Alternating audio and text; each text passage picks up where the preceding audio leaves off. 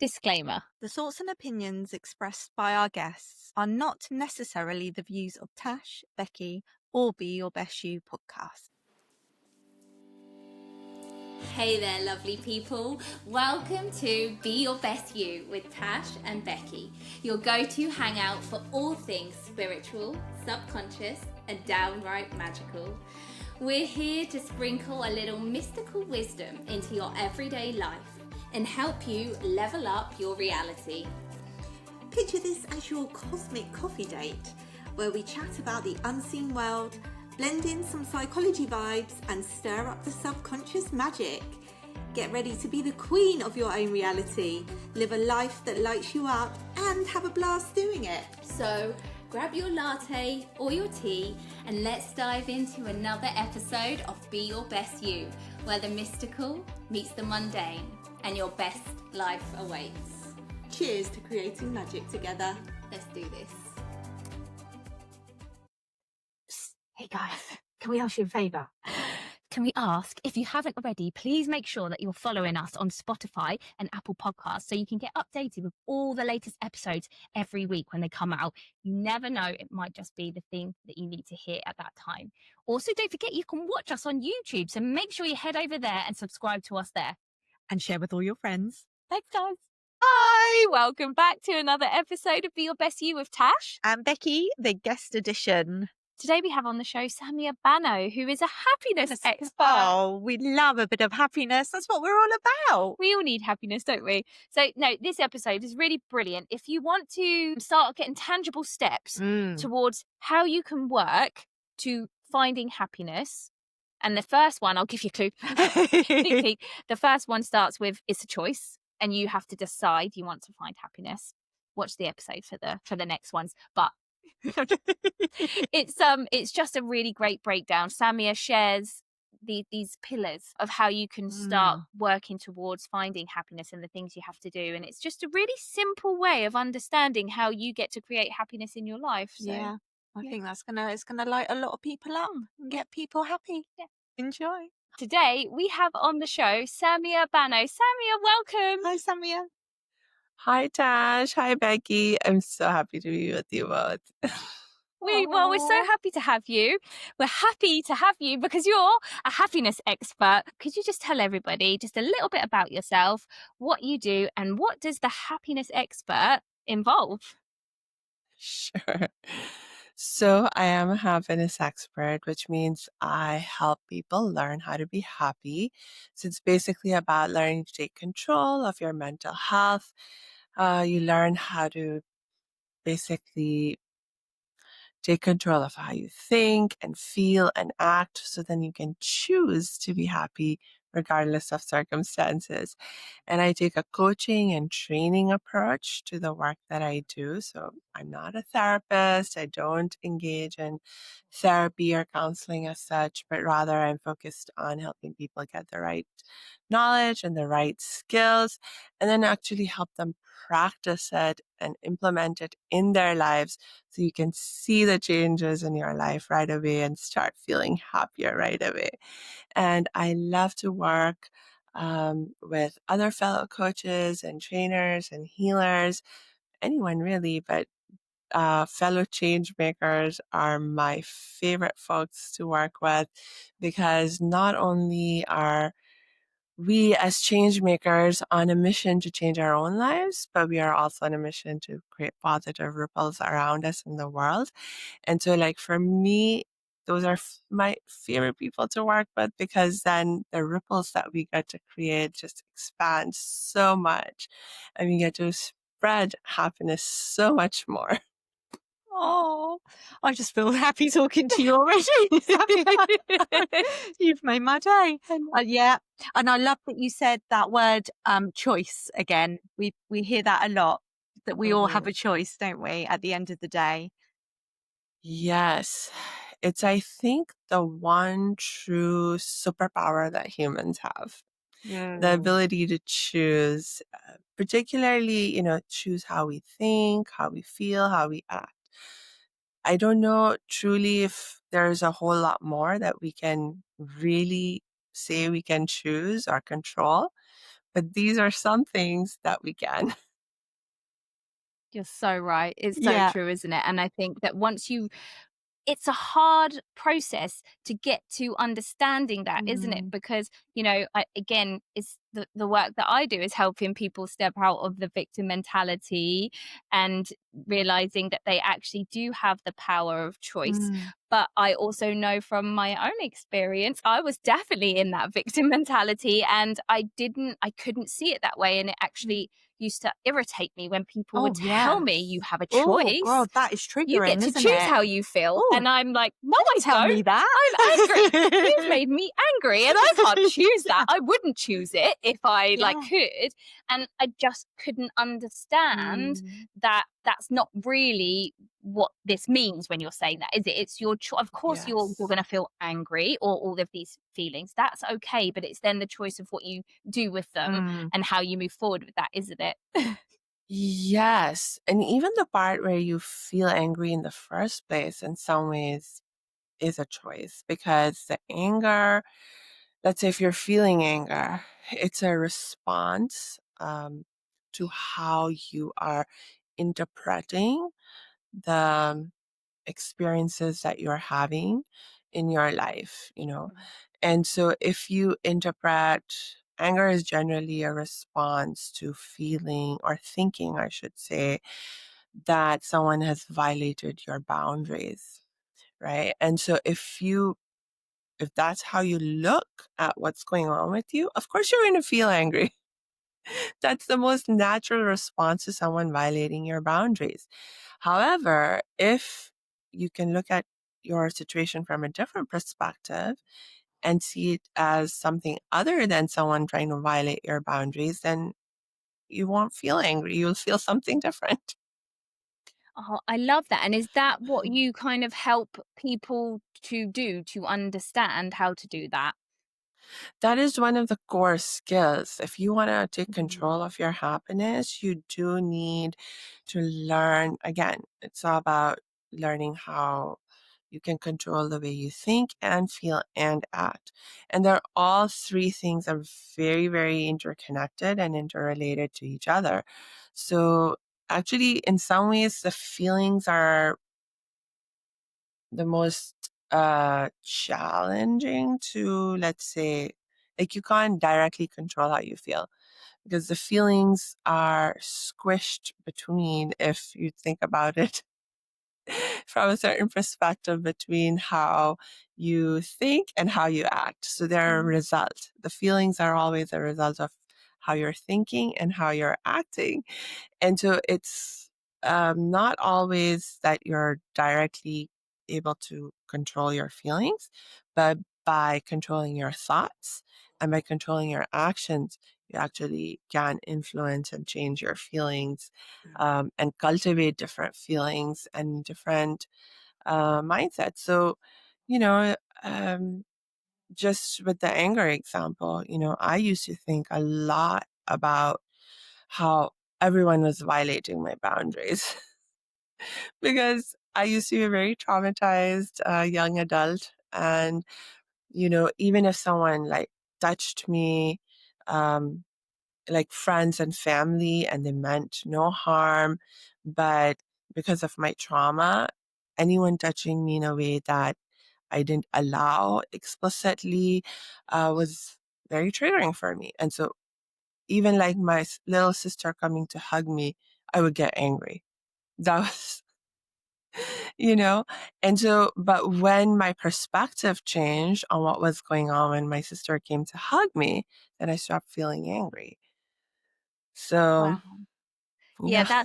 that's such a great example. Thank you for sharing that. Yes, thank you. Yeah. Because I personally know, because my son went through that as well, Samia, where no one could touch him, and it was awful. He is getting better, but, still not quite there yet. But that was so great you said that, Yeah. because I don't think people realize how deep it can get hold of you, isn't it? Like, even just like sort of like touching him on the knee, if he wasn't Mm-hmm. expecting it, he would then spiral down, and, Yes.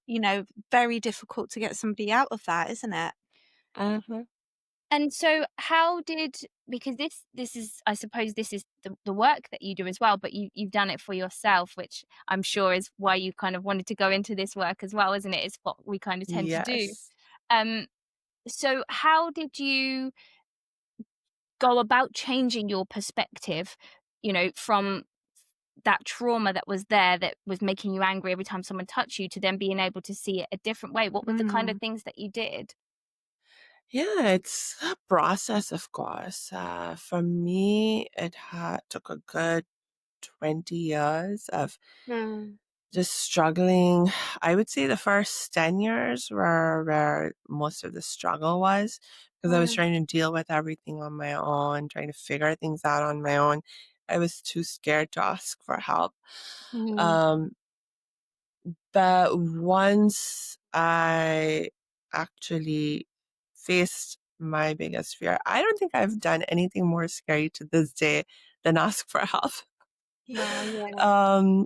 That first time, and once I asked for help, I was able to start to learn more of what I needed to help myself and begin to implement that in my life. And I would say it was like a journey of another good 10 years before I got to a point where I was like, okay, I feel like I'm finally in some kind of control over my own emotions, my thoughts, my actions.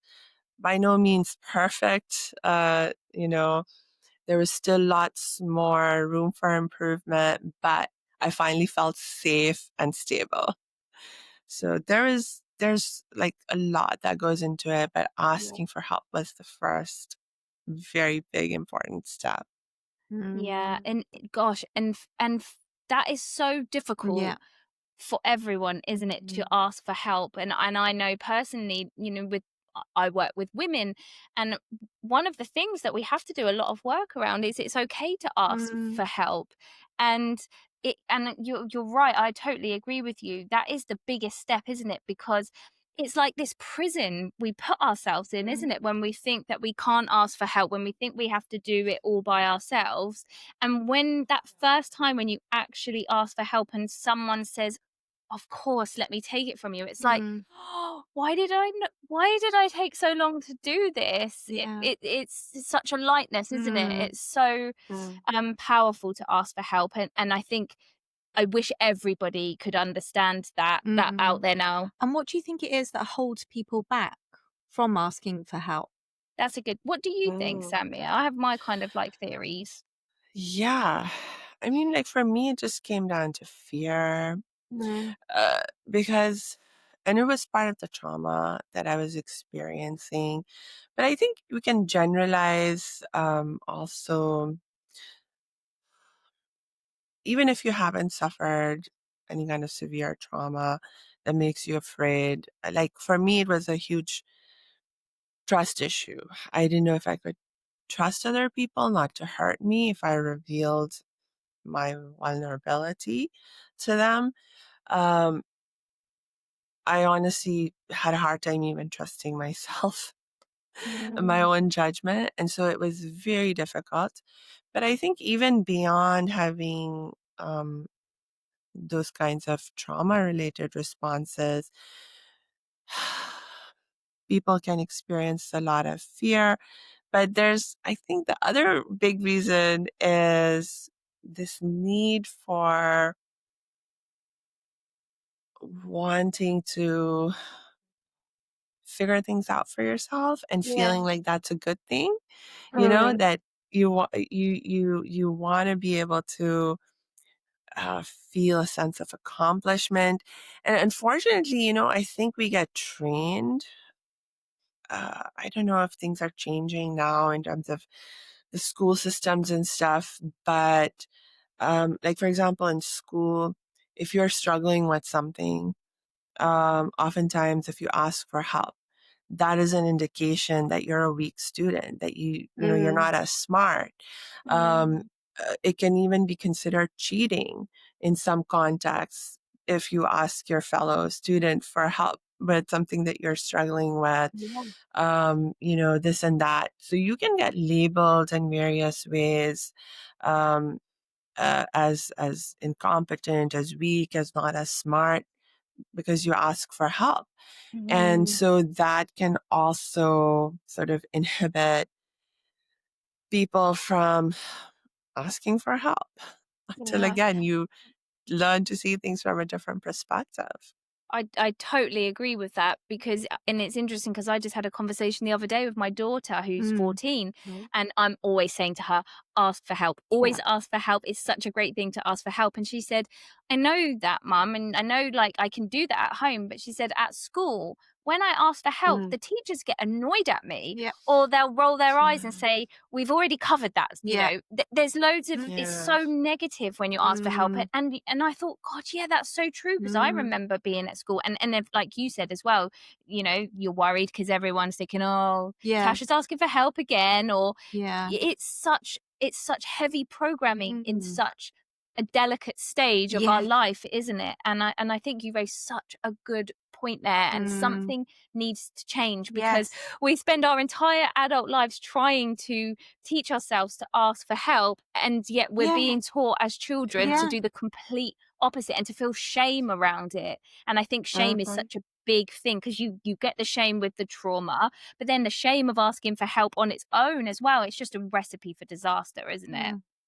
Yes. I mean, even in workplace contexts, as adults, we can often be receiving these messages that it's wrong to ask for help because, for example, in many workplaces, there's a very competitive environment.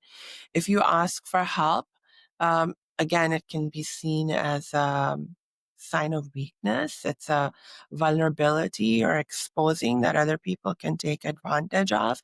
Also, I've heard people say things like, well, don't just come and tell me what your problems are. I want a solution. So if you're going to come to me, come with a solution. Well, if I'm stuck, if I have a real serious problem and I'm struggling to solve it, maybe I don't have a solution. Maybe part of the solution is that I need to talk it out with someone or many someones. So true. Yeah. Yeah, that is so true.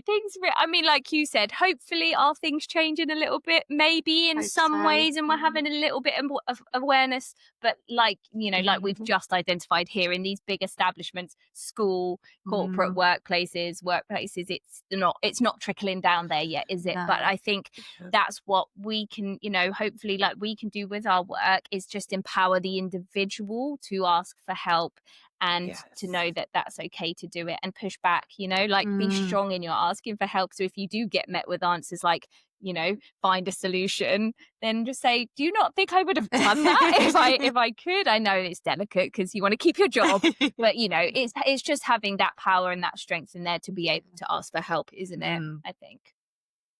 Yes. And hopefully you can also just kind of find some community, some supportive people around you in both your personal life and your professional life that actually allow you to ask for help and respond, to you in a positive way when you do that. I know, like, for me, that was a really, really important thing, in terms of actually having, um, in actually being able to go through and did what I did. So just a little bit of a story of what it took for me to ask for help. So I was already in college by that time. And I was like, okay, I'd been, very, very interested in psychology. I was like, I'm going to become a psychology major. I'm going to figure out how to help myself. But luckily, that wasn't, again, as long as I was staying to myself, I could not progress as far as I needed to. But part of, being a psychology major, learning about psychology, this and that, was also interacting with psychologists, with counselors on campus, and so on and so forth. And we actually happen to have free counseling services accessible to us as students on campus. And so one of the solutions that I came up with was I was like, okay, I'm going to go see a counselor on campus. And a part of what was really helpful about that context was confidentiality. Because on a college campus, you're basically an adult. And, when you go meet your counselor, you're pretty much guaranteed confidentiality. There's very few circumstances under which, by law, they would have to break confidentiality. But I was like super careful. I actually went in with a whole story plan and I double checked. I was like, if theoretically this was the case, that was the case, would everything be kept confidential?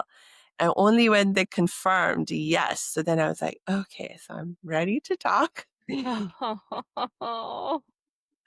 I actually had to, make sure that I was, or at least I tried to make sure as far as I could to put myself in a safe situation, or at least a situation where I felt as safe as I could to open up. And that was a very important part of what allowed me to actually open up in that moment. I don't know how else I would have done it otherwise. Wow. No. Thank goodness. Thank goodness for that, really. That's isn't it? amazing that they had that there for you, isn't it? And that did you feel instantly some kind of release when you did that? Oh, pretty much. Yeah. It's actually amazing how pretty instantaneous the release was. I mean, I walked out of that first counseling session feeling like I was like floating on a cloud. Oh, that's so good. Yeah, no, it was, no, it's just amazing, the relief and the immediacy of it. I still can't get over it. Yeah. No. That's Wow. what a great example Yeah. of how important it is to ask for help. And I suppose taking it back to happiness, then that was part of your process to get to that state of being able to choose happiness, because when you've got that kind of hanging over you, it's very difficult, isn't it, to choose happiness. Yeah. It's almost like it's pulling you back and you're fighting against something.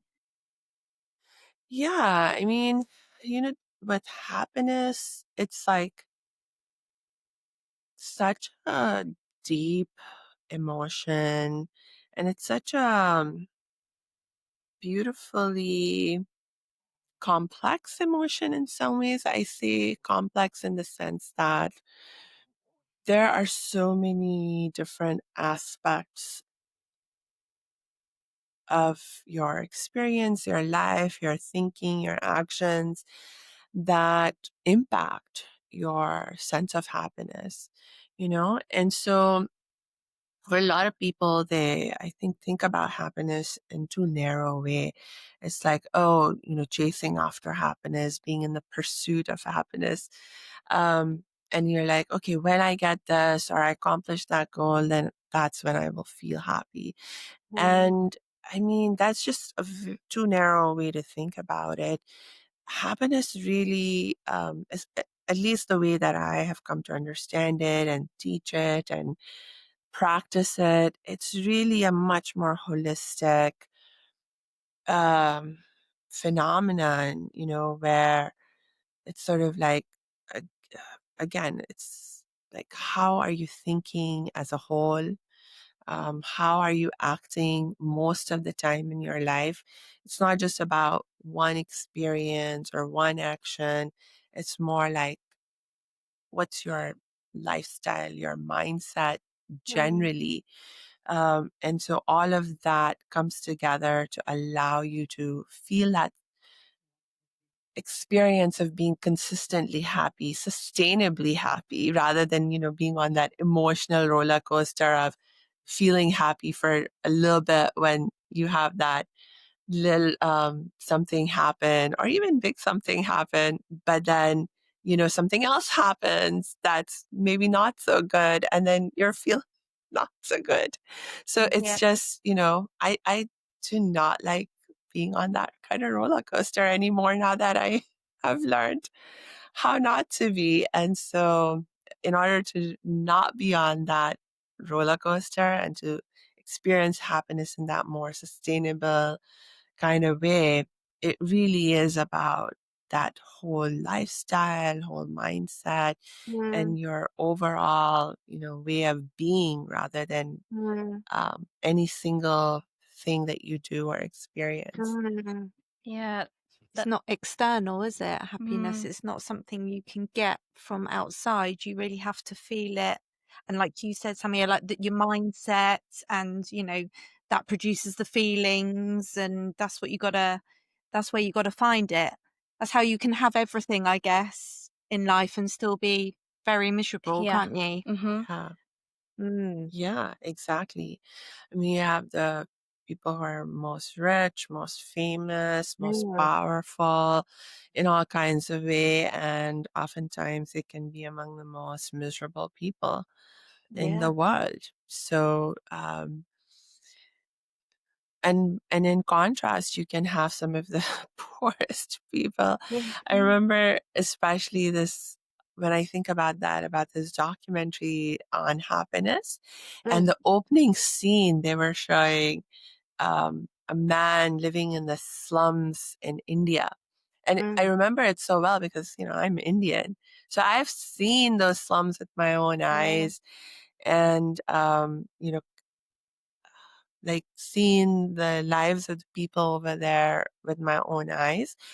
And, this man who lives in the slums, he had no permanent shelter. Like his home was, just basically some pieces of plastic held up with various sticks and so forth. And there was like mud and dirt and garbage all around, and like some of the worst conditions you can imagine a person could be living in. And he was smiling, and he was expressing happiness, and they were like talking to him about, what, tell us about your life. And he just kept pointing out all these different little things that gave him cause for happiness and contentment in his life.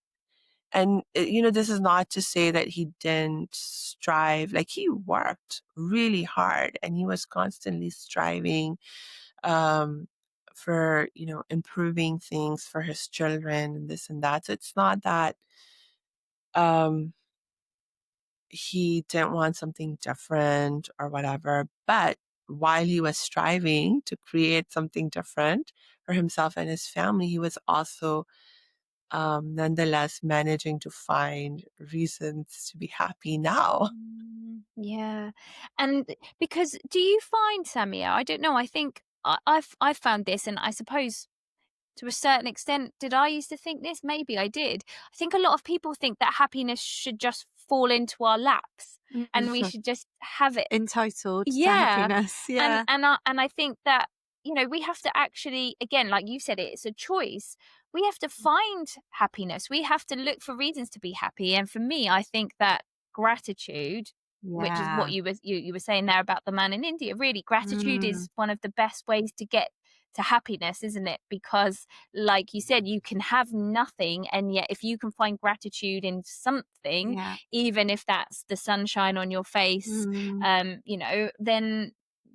you can create your own happiness from there. Is that what you've kind of found with people? Yeah, I mean, there's definitely finding those reasons to be happy in your external environment, whether it's the sun shining or the fact, like for that man, for example, he found lots of moments of joy just being with his children and seeing the joy that they experience in little simple things like being able to play with the rocks and the sticks and even in the mud.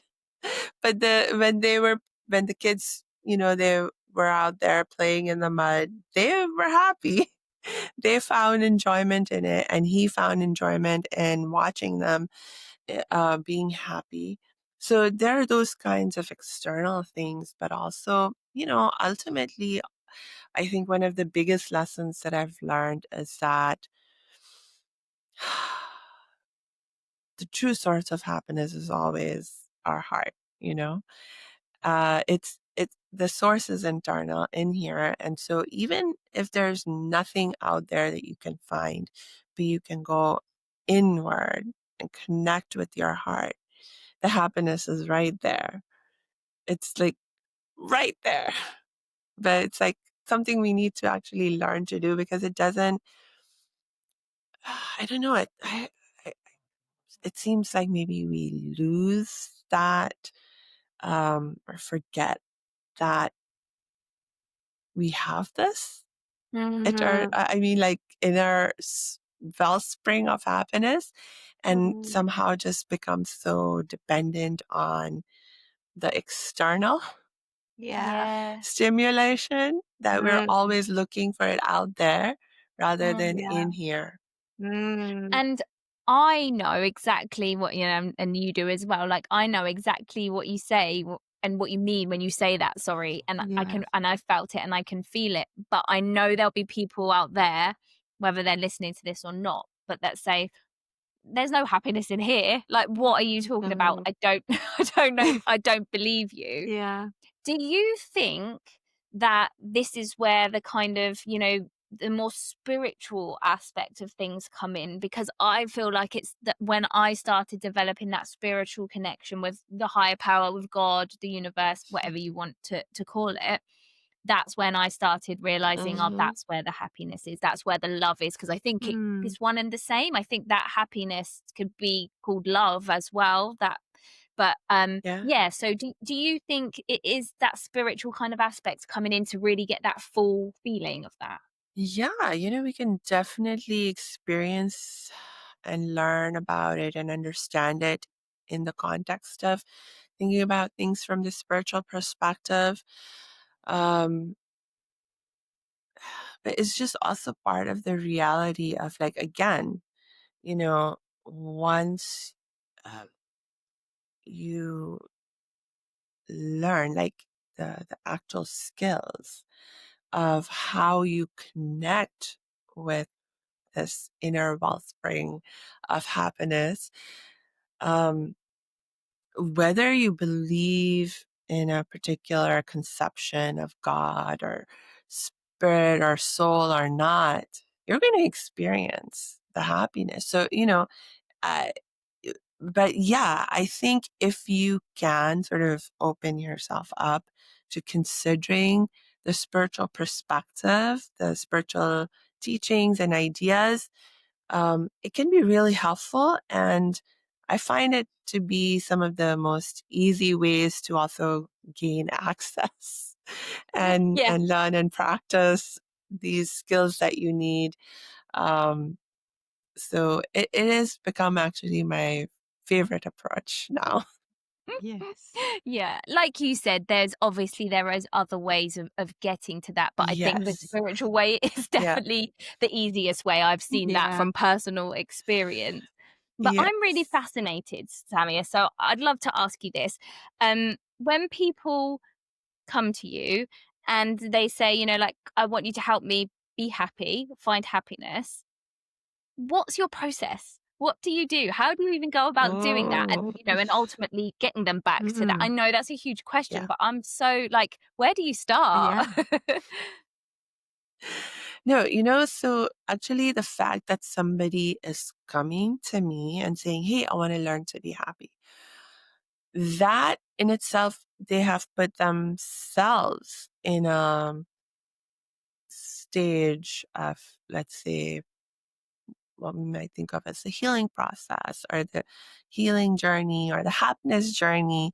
That is a very critical point, actually, because they're like, I want to be happy. So in some ways, they have not as yet figured out the how of being happy, but they've already decided they want to be happy. Yeah. And that is actually the first step, is to say to yourself, hey, I want to be happy. And I'm going to, even if I don't know how to be happy now, I'm going to figure out how. Right. And so, when they come to me, our first step is actually to formalize that. We call it the happiness decision. So we literally have like this piece of paper and it has this like beautiful happiness decision. It's actually not something that I came up with. This was like, you can Google a happiness decision and it comes right up. Someone else came up with this beautiful declaration where you just make that decision for yourself. You make that choice. You declare, I choose to be happy from now on. And no matter what my circumstances are, I'm going to choose to be happy. And if I don't know how, I'll figure it out. I'll get the help and support that I need. And so we actually formalize that. We make that commitment to ourselves. I serve as a witness to that. And so, and what that is about is starting to like really anchor yourself in an empowered mindset, that attitude of, yes, I can, because that belief is really one of the key foundations for how you get to choose to be happy. Yeah. So that's always the first step. And then we actually have 5 pillars that have been identified in the context of positive psychology research, and that empowered mindset is the first pillar. And then I'll just quickly mention the others. We may not have time to do a deep dive in all of them right now. But the second pillar is learning positive mood skills. So this is a wide variety of skills, from like positive thinking, but also practicing living in the moment, learning skills like breath, different breathing techniques. So you have some breath control, things like that. Wide variety of skills that allow you to create and maintain positive mood. Then the third pillar is learning resiliency skills, because no matter how much of a empowered mindset you have, no matter how much of a positive mindset you work on creating and maintaining, there will be times when you hit some kind of obstacle or challenge that, in that moment is too much for you. And you will find yourself feeling stressed or angry or sad or something that, will take a little bit of time and effort for you to recover from, to bounce back from.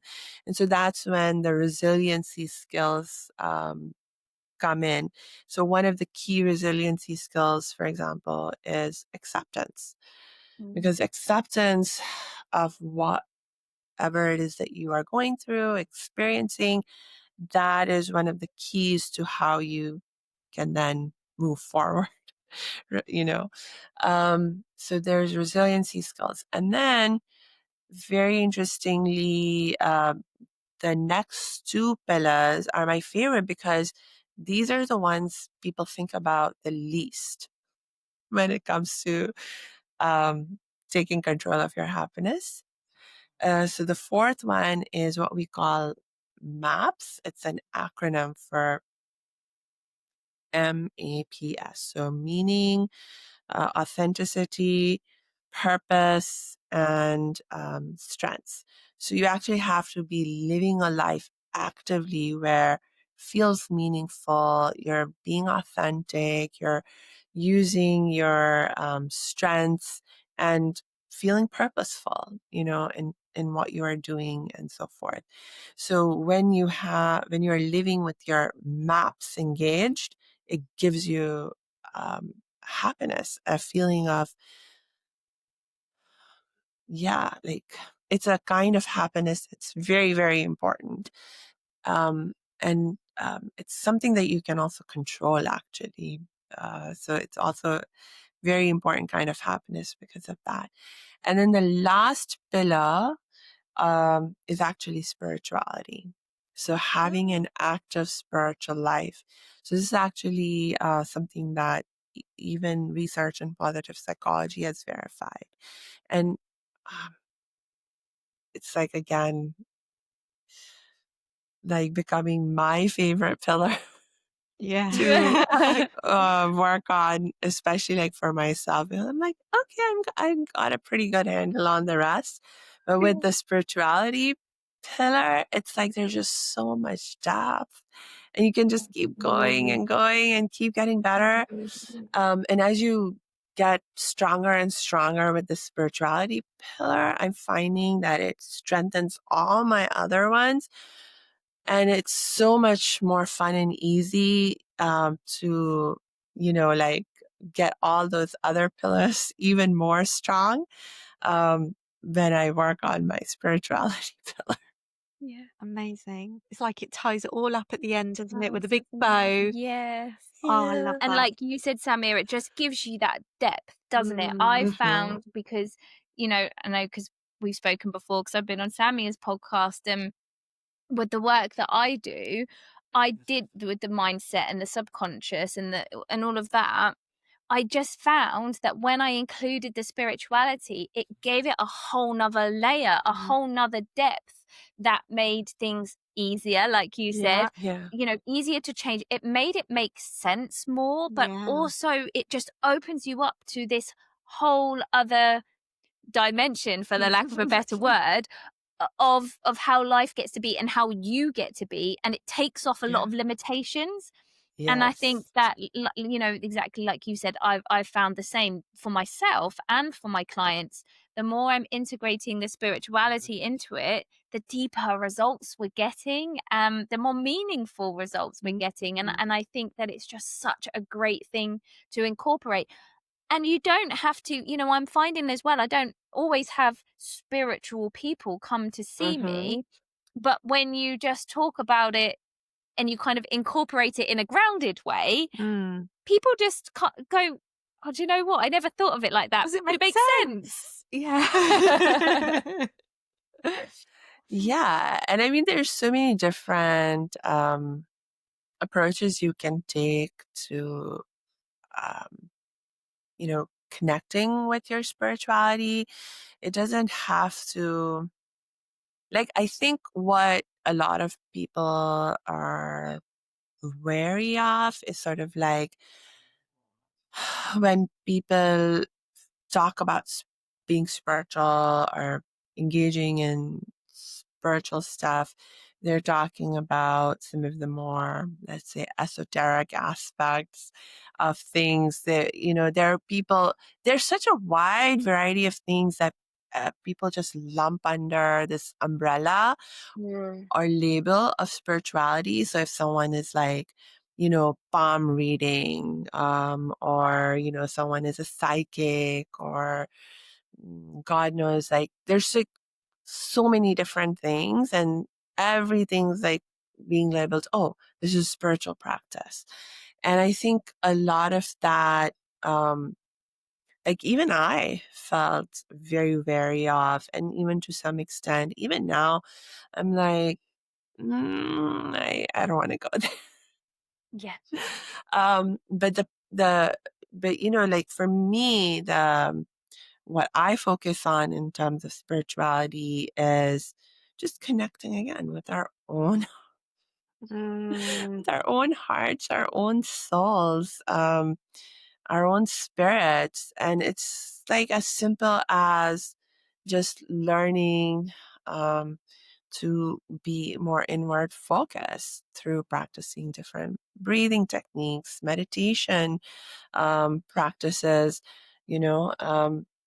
and it's like when you experience something for yourself, you go, into your own heart. You connect with your own heart. You feel the wellspring of happiness in there. There's no denying it.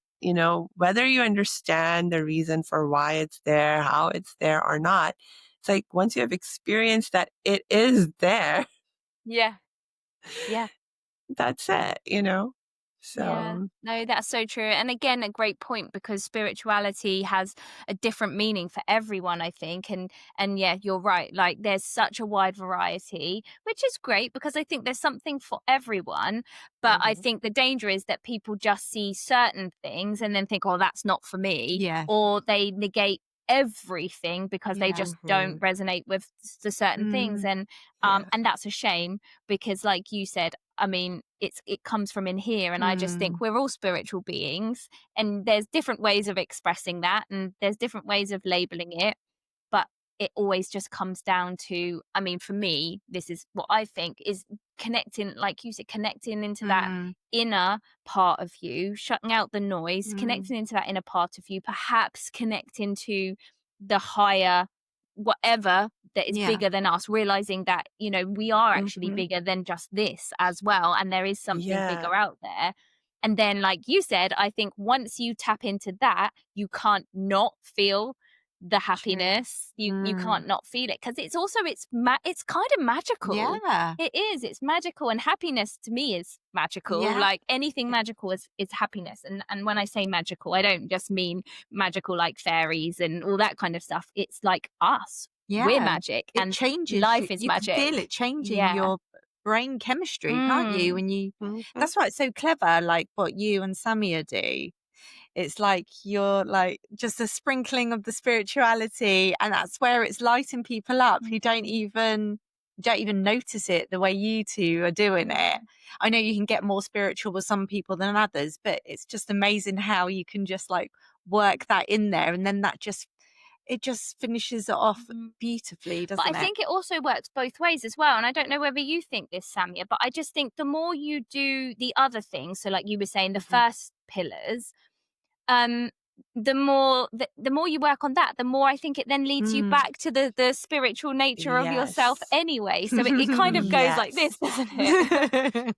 Yes, absolutely. Everything is very much interconnected and interdependent in the way that we are built and function. You know, one of the key practices that I was learning just when I was studying from positive psychology perspective about happiness, one of the very key fundamental skills that we had to learn was non-judgmental thinking. It was actually when it comes under positive mood skills, because what happens is, like with judgmental thinking, you know, you're judging things good, things bad. When you judge something to be good, of course, you respond positively to it. You feel good. But when you judge something to be bad and you have to deal with it, and have it be present in your life, then of course it makes you feel bad, whether it's angry or stressed or sad, etc. And so then you get, again, you're like, you're basically going to be experiencing that emotional roller coaster, and there's no way to escape that emotional roller coaster as long as you maintain judgmental thinking. So because we are like, okay, we're committed to our happiness, we're committed to choosing happiness no matter what. And it is possible. It's not like some kind of pipe dream, but the way to get there is to practice non-judgmental thinking. And so rather than thinking of things in terms of this right, wrong, good, bad, black and white kind of mindset, you instead learn to see and appreciate the shades of gray. Yeah. You know, and so and then choose to focus on the solutions, the positive aspects that help you move forward. But practicing to see and appreciate those shades of gray, you know, it's like when it comes to especially dealing with other people, it makes you so much more empathetic. It makes you so much more compassionate. And you know, the um, these uh, these are keys. Empathy and compassion are keys to activating and strengthening and deepening our spirituality.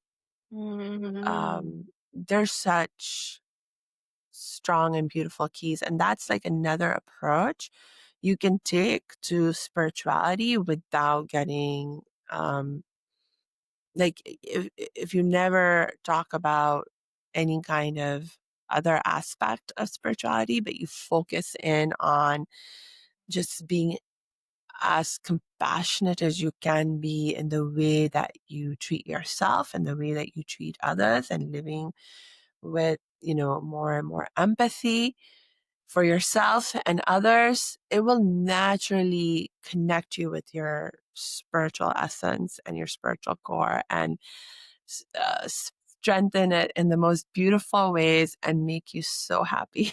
Yeah. Oh, I couldn't Totally agree with agree. I couldn't agree with you more. It's Yeah. this judgment. It's Yeah. such a big thing, isn't it? And it's something I work on a lot. And it's, we have a fear of judgment, which is really strong. We're worried about everyone judging us, but Yeah. actually, we are judgmental. Because I had this. I And was that's why having we this thing. fear judgment. Exactly, because we're doing it ourselves, Yeah. and we always project our own thoughts onto other people, Yeah. don't we? So if we are judgmental, we are going to expect that people are going to be doing the exact same to us, Exactly. and that is just a recipe for unhappiness, like you said. When Totally. you can let go of judgment completely, both sides, then you are just a happier person. I completely vouch for that, because it's just everything's so much calmer, everything's so much simpler, and it doesn't give you all those harsh emotions, whether it's anger, fear, anything that comes up when you're judging. It doesn't give them a chance to come up, which means happiness is more likely to stay your common ground, isn't it? And again, yes, like you said, it's that connects you with that spiritual part of you, when you can see things as neutral in any respect, like whatever, whether it's a person or a situation. When you can judge a situation as far as you can as neutral, and it's really hard. It's not easy, is it? I mean, none of this work is easy, but it's so worth it. And when you can stay neutral as possible, that's when you really get to manage your happiness levels, isn't it? Because then bad things are always going to happen to us. But if we can stay neutral, then you're not going to have such highs and lows. You're kind of going to coast along the waves. Yeah, and it's sort of like like if you think about it, like from a spiritual perspective, it's if you think about what's the purpose of our lives, so every experience that you have, every challenge that you may experience, spiritually, there's really ultimately one purpose behind it, and that's to help you learn and grow, right? And so it's sort of like just an opportunity, so it's it's like about learning how to focus in on the opportunity. So when you say, oh, the situation is neutral, it's neutral in the sense that it's not inherently good or bad, but it's about seeing the opportunity in that situation for creating the good, and the learning and the growth that your soul and spirit needs. Yes, exactly that. And that is the thing again. And so it really helps when you can have that spiritual view of, I am here to learn and to grow. Because I found without that inherent belief, it's a little bit harder to see difficult situations as a reason to grow. Is you need to have that belief in order to be able to rationalize that and look at the opportunities into it, I think. But that's such a powerful perspective switch, isn't it? How can I, and it's something that I practice all the time, how can I grow from this? This is hard, this is horrible, I don't like it, how can I grow from it? And immediately it's like, we love having, especially as women, I think when there's a problem, we go into crisis mode, don't we? And we're like, right, how can we fix this? What can we do? And your fear tends to kind of get put by the wayside. You know, forget about the little things. The little things, they're tough, but the big things, we can always do it because we go into crisis mode. And it's almost like you want to use that and harness that with those difficult experiences and just think, right, okay, this is going to be for growth. It's going to be good at the end. I'm going to come out better for it at the end. Now, how can I see it that way? And it's all about a perspective shift, isn't it? Just the same as the choice. You can either choose to be happy or you can choose to be grumpy and sad and all the other things. It's that choice again, and it's so powerful. Once you become aware of that as well, isn't it? It's that having that awareness to say, right, stop, take a breath. What is this? This is her teaching me. This is Tash teaching me this, take a breath. What can I learn from this? And it just it changes everything, reprograms your brain to automatically go to that, doesn't it? Yeah. It's so powerful. Yes. So with wrapping this up, I mean, everything we've spoken about today is all aspects of things that you have to implement or do in order to find happiness or create happiness in your life. But, if you were to answer, the audience of like, what can I start doing today to start creating happiness in my life? What advice would you give them? I mean, depends a little bit on where they're at, right, in their own journey. But like I said, there are certain fundamentals. So the empowered mindset, the positive mood skills, the resiliency skills, the maps, and the spirituality. So just kind of see where the gaps are for you, and then pick one thing to focus on there and just work on that. For a lot of people, just for example, practicing the non-judgmental mindset, pretty much everyone, that's something they can work on and feel the good benefits of. So like if you're not sure, that's one of my favorite things to recommend for people to work on. Another one that we can all use more help and get improvement in is learn to live more in the moment. So it's like anytime you're feeling anything other than very, very happy, it's probably because you're either worrying about something in the future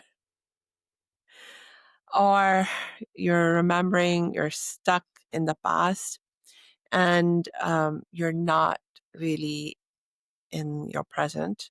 And truly, I mean, in some very real ways, neither the past is real anymore, nor the future is real yet, right?